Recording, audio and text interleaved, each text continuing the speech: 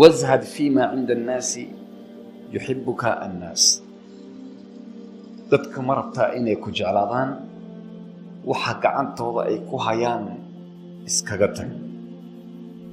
maalkooda ha weydiisan, xelalkooda ay qaybsanayaan oo isku dagaalayaan iska daa, wixii khayr ama maslaxad ku jirta mooyaane.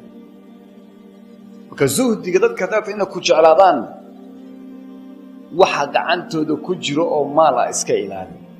ninbaa magaalada Basra soo galay, markaasuu wuxuu yidhi yaa ugu karaamo badan magaaladan, yaa loogu qadar badan yahay. markaasaa la yidhi alxasan albasri. markaasuu yidhi muxuu ku manaystay arrinkan? wuxuu dadka cilmigu baraa, diintuu gaarsiiyaa, gacmahooda waxa ku jirana waa iska ilaaliya. wadaadka waxaa loo aruuriyo, wadaadka guri ha loo dhiso, wadaadka imaamku waxa loo sameeyo, zamanka salafka kuma jirin iyo dadkii hore ee saxaabada. wuxuu ahaa nin dadka dhexda uga jira.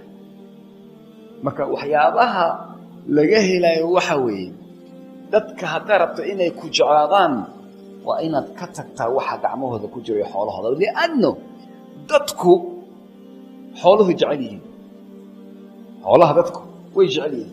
haddii xoolahooda kula qabsato oo tiraahdo keen iyo waxaan samay, waa ku nacaya. haddaad tiraahdo waxaan keen, waxaan samay, waxaan igu caawi, laba jeer ninka qofka bini aadamka markaad wax weydiisato mar saddexaad wejigu kuu bedelayaa. waa tabiiciyan weyn.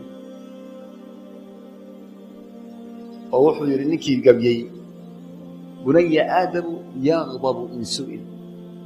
bini aadamka haddii wax la weydiiyey waa caroonaya. wallaahu yaqdabu in lam yus'al. ilaahayna waa kuu caroonaya haddii aadan waxba weydiinin. athar baa soo arooriyo xadiid, man lam yas'al illaahi yaqdab calayh. qofkii ilaahay wax aan waraysan ilaahay waa u caroonaya. marka ducada iyo baryada xagga rabbi weeye, xagga dadka ma aha. idaa sa'alta fas'al illaah. haddaad wax weydiisanaysa ilaahay weydiiso. waida istacanta fastacin billaah. haddii aad kaalmo weydiisanaysid ilaahay subxaana wa tacaala keliya weydiiso. dadkaana hadday kulligood ee kulmaan waxba kuguma anfici karaan. hadday kulligood kulmaan inay dhib ku gaarsiiyaanna dhib ku gaarsiin kari maayaan. sidaa daraaddeed dadka wax gacantooda ku jiro iska daa.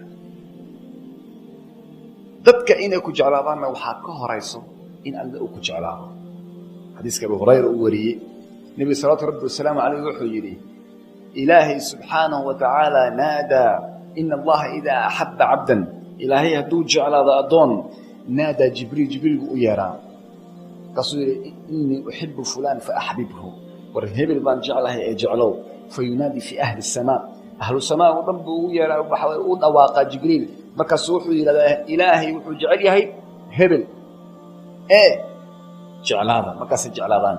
fayuudacu lahu alqabuul fi dunya. dadkaa marka aqbalo oo jeclaada fi dunya.